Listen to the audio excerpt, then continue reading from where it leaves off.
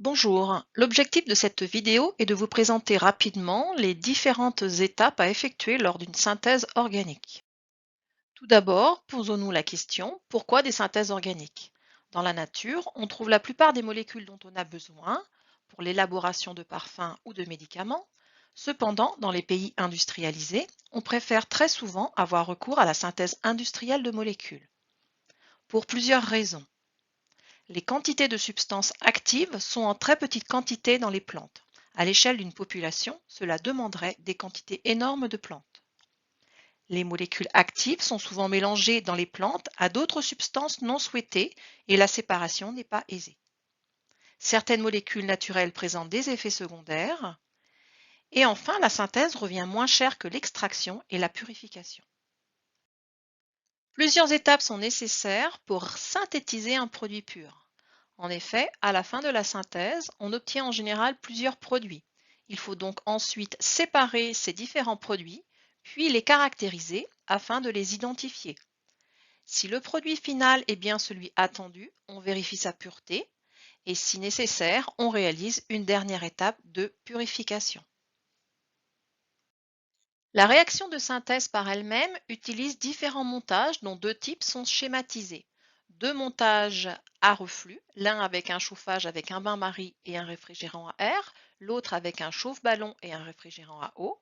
Et nous avons aussi un montage de Dean-Stark qui permet d'augmenter les rendements de certaines réactions. Une fois la synthèse terminée, il faut séparer les différents produits obtenus. On peut avoir besoin de réaliser une décantation avec une ampoule à décanter ou une filtration en utilisant un Büchner ou même une distillation fractionnée. Les produits étant séparés, il faut ensuite les identifier. Pour réaliser ces identifications, on réalisera au laboratoire des chromatographies ou on utilisera un banc de Köfler qui permet de déterminer la température de fusion du produit synthétisé. Ces deux méthodes permettent également de vérifier la pureté du produit obtenu. Si le produit synthétisé n'est pas pur, on peut réaliser une recristallisation qui permet de séparer le produit de ses impuretés ou effectuer une distillation fractionnée. Les réactions chimiques se déroulant au cours des synthèses sont de différentes natures qu'il faut connaître. Tout d'abord, la réaction d'addition. Au cours d'une réaction d'addition, des atomes ou des groupes d'atomes sont ajoutés de part et d'autre d'une liaison multiple. Il y a rupture d'une double liaison et création de deux liaisons simples. Voyons différents exemples. Tout d'abord, la réaction d'addition sur les alcènes. Nous avons ici la réaction d'addition du dihydrogène H2 sur l'éthène. On observe la rupture de la liaison reliant les deux atomes d'hydrogène et formation d'une nouvelle molécule qui est l'éthane.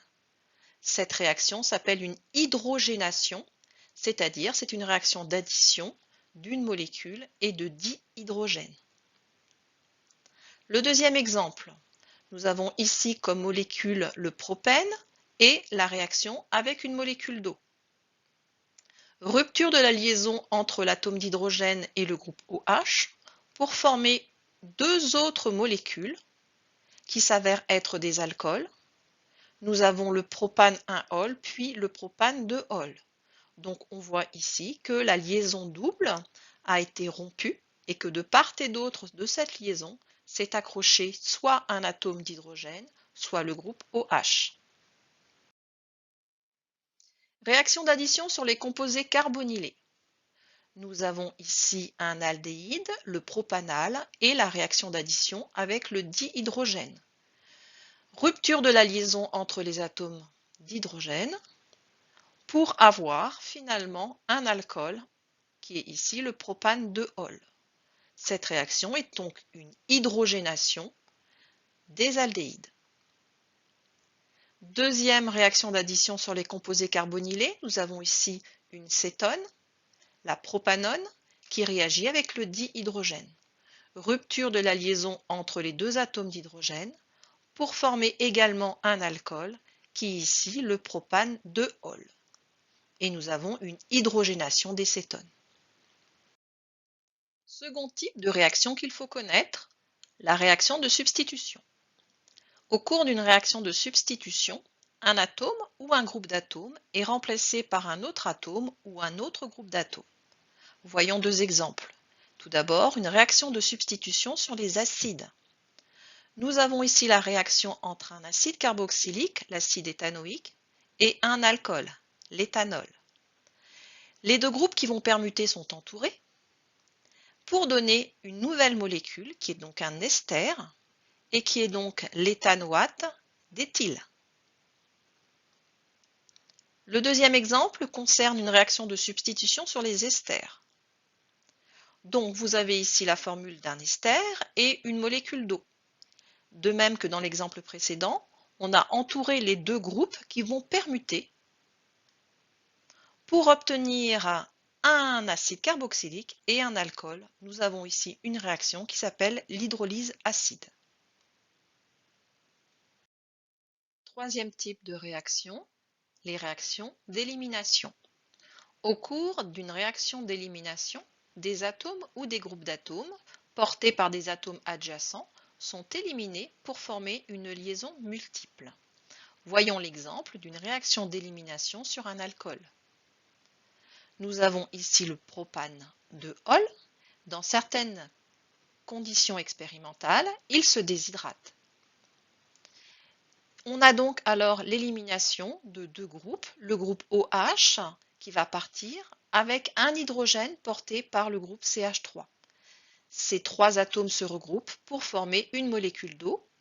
Une autre molécule apparaît avec l'apparition d'une double liaison, à savoir un alcène.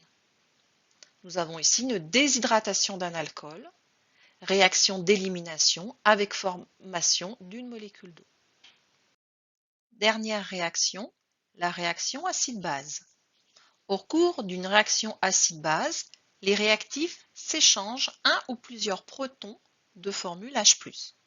Nous voyons ici un exemple avec la réaction acide-base entre un acide carboxylique, l'acide éthanoïque, et l'ion hydroxyde OH-. L'acide éthanoïque va perdre un H+, qui va être ensuite capté par l'ion HO-. L'acide éthanoïque va donner par la suite l'ion éthanoate et l'ion HO- qui a capté l'ion H+, se transforme en molécule d'eau. Donc nous avons bien eu ici un échange de protons H+ entre l'acide éthanoïque et l'ion hydroxyde.